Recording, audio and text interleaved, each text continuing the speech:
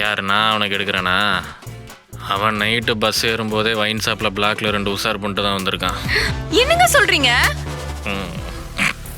அந்த பசங்க கூட சேர்ந்து ரொம்ப கெட்டு போயிட்டான். அதே இப்போதான் கண்டுபிடிக்கிறியா? சரி வா தூங்குவோம். நில்லுங்க. குடிச்சிருக்கீங்களா? ஐயோ ஆரம்பிச்சிட்டாடா. மாம்சே, எப்பெல்லாம் எங்க அக்கா பழச மறக்கிறாளோ அவ தலையில ஓங்கி கொட்டினா பழசெல்லாம் ஞாபகம் வந்துருமாமா.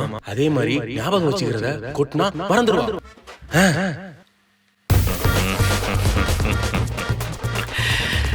என்னடி கேட்ட?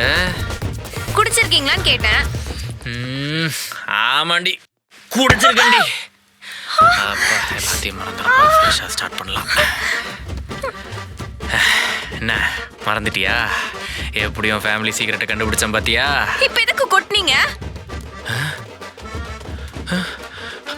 அவன் அப்படிதான் சொன்னான்.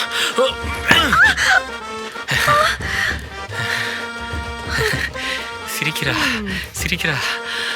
அப்படா மறந்துட்டா. ஓ, குடிச்சிருக்கீங்களான்னு கேட்டா அடிப்பீங்களா? ஐயோ யோ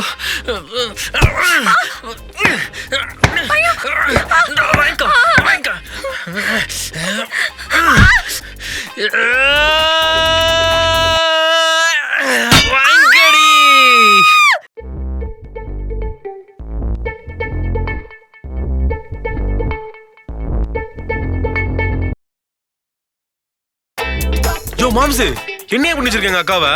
அவன் நார்மலா இருந்து கொட்ட சொன்னா கொலை பண்ண ரேஞ்சு கொட்டி வச்சிருக்க.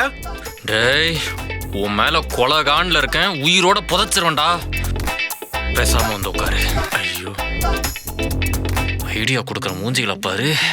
நல்லா சல்மான் கானோட ஏஐ வெர்ஷன் மாதிரி.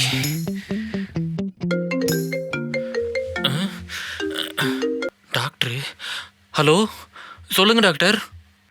லாஸ்ட் வீக் உங்க ஒய்ஃபோட நீங்க கவுன்சிலிங் வந்திருந்தீங்கல்ல?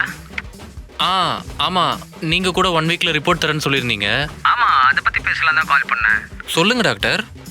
கிரண், நான் சொல்ல போகிற விஷயத்த கொஞ்சம் கவனமாக கேளுங்க. உங்கள் ஒய்ஃப் மெமரி லாஸ் ப்ராப்ளமில் இப்போ ஸ்டேஜ் 2ல இருக்காங்க. அதை விட ரொம்ப ரொம்ப முக்கியமான ஒரு விஷயம் இருக்கு.